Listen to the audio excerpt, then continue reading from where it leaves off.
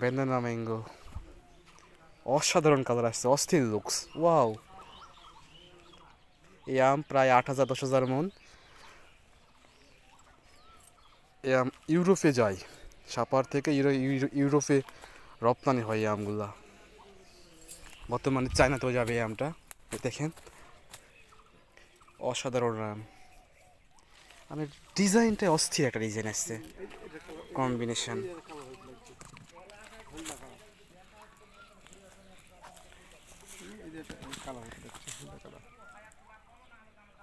কি একটা অস্থির একটা লুক, ওয়াও, অপূর্ব। এই দেখেন এই আমগুলো একটু নাড়া দিই।